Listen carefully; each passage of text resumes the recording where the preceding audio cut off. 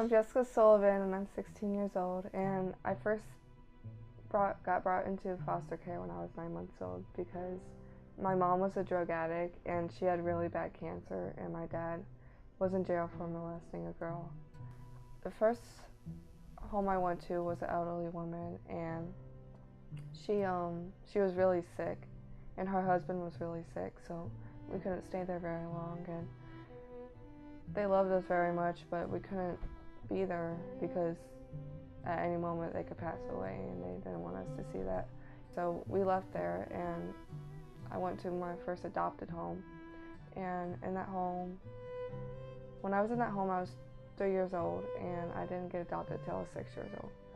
And the first couple of years it was really good, probably a little bit too good. It seemed like things were going too well, like something was going to happen, and eventually something did. The abuse started with my sisters first, and then it started with me.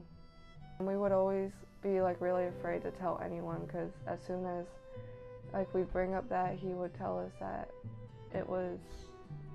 he would kill our families and he would hurt us even more.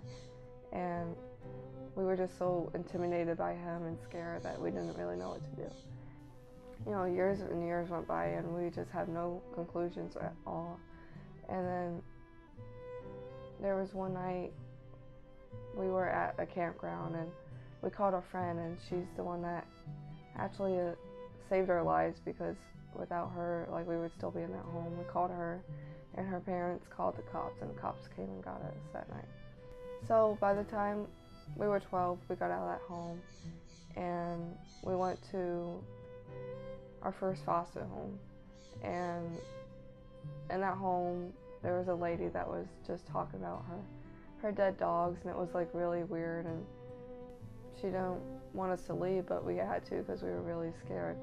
So we went to her group home, and in that home there was just a lot of negativity going on, like drugs and alcohol and sex and gang related things. And in that home, like, as time went on, I eventually got into some of the stuff like smoking and just being around guys a lot, because I just felt like I needed to be loved by someone, which they weren't loving me, but that's how I felt at the time. I began running away like every single night, and I wouldn't have a place to go specifically, but I would just run, and I'd come back like at night because the cops would catch me and they'd just bring me back to the group home. But eventually I ran away so many times that I had to get moved. So the only thing that changed was really it was my first time shoplifting, and it was something so small, but I just wanted attention, and I was doing anything just to get attention. So I stayed there for about a couple months as well, and then I went to a different home. And I thought that was going to be my permanent home. It felt like that was the home for me. But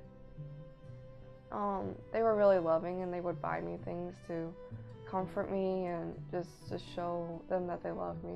But that's not what I wanted as a family. I wanted somebody to love me without buying me things all the time.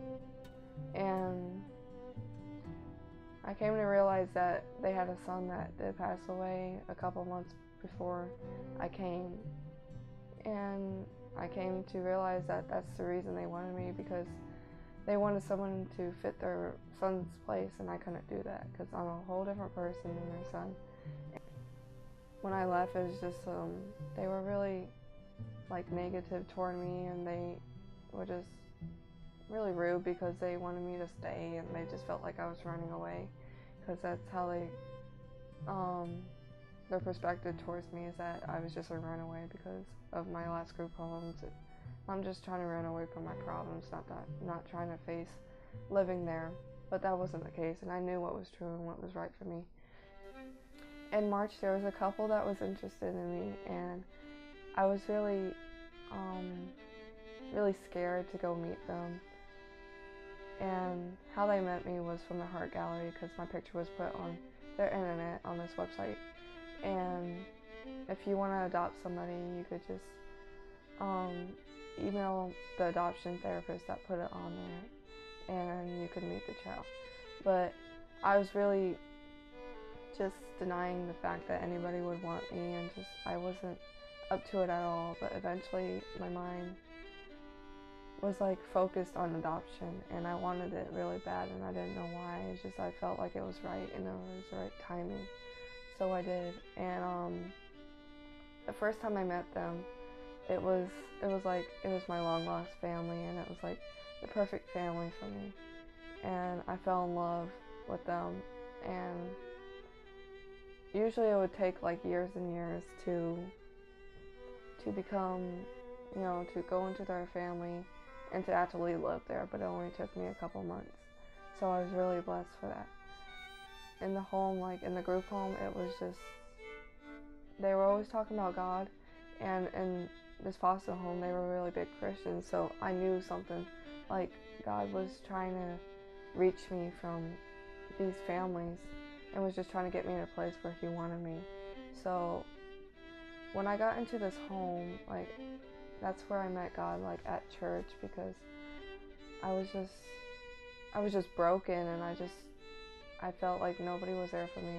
Like, this family was here for me, but like from the past hurts and everything, I was just so focused on that and just depressed and just upset. And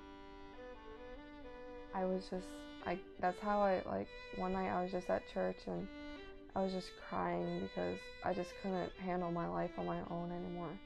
So I let God take control, and from that day on, it's just been like, I've been a lot more, I feel a lot more like comfortable and comfort and just a lot of peace, that I know someone's watching over me, and it's not just a God, it's a Father.